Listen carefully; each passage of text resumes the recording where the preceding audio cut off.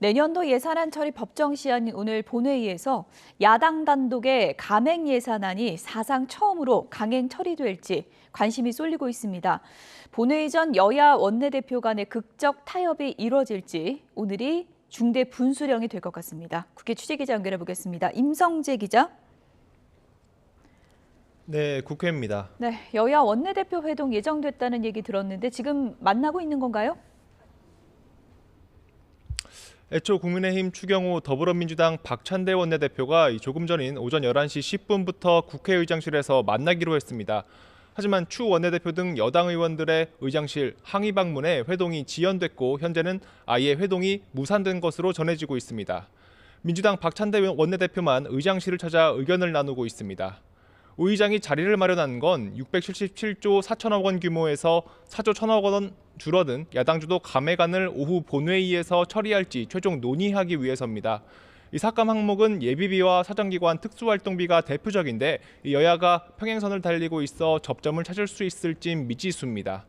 국민의힘은 민주당이 국민을 볼모로 한 인질극을 벌이고 있다는 입장입니다. 한동훈 대표는 아침 회의에서 민주당이 국회 특활비는 그대로 유지하면서 치안에 쓰이는 경찰 특활비 등은 삭감한 건 국민과 동떨어진 시각을 보여주는 거라고 비판했습니다. 들어보겠습니다. 국회의 특활비는 그대로 살려놓고 밤길 편하게 국민들 다니게 하는 경찰의 치안 유지를 위한 특활비는 0으로 만들었습니다. 추경호 원내대표 역시 민주당은 겉으론 증액 협상을 하는 것처럼 하면서 뒤로는 삭감 예산안을 날치기 처리했다며 전형적인 이재명식 정치라고 쏘아붙였습니다.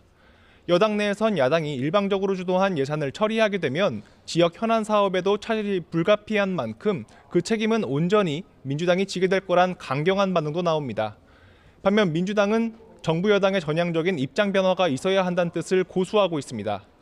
이재명 대표는 대구에서 열린 지도부 회의에서 이 특활비 삭감으로 살림을 못하겠다는 건 사실 당황스러운 얘기라고 지적했습니다. 특히 여당이 날선 반응을 보이는 예비비 2조 4천억 원 삭감을 두고서도 작심 발언을 쏟아냈습니다. 들어보겠습니다. 예비비를 4조 8천억을 편성해놨는데 이거 아무 때나 아무 용도나 꺼내 쓰겠다는 거 아닙니까? 지금 얼마나 재정 상태가 어려운데 무려 5조 원 가까운 예비비를 편성해 놓습니까?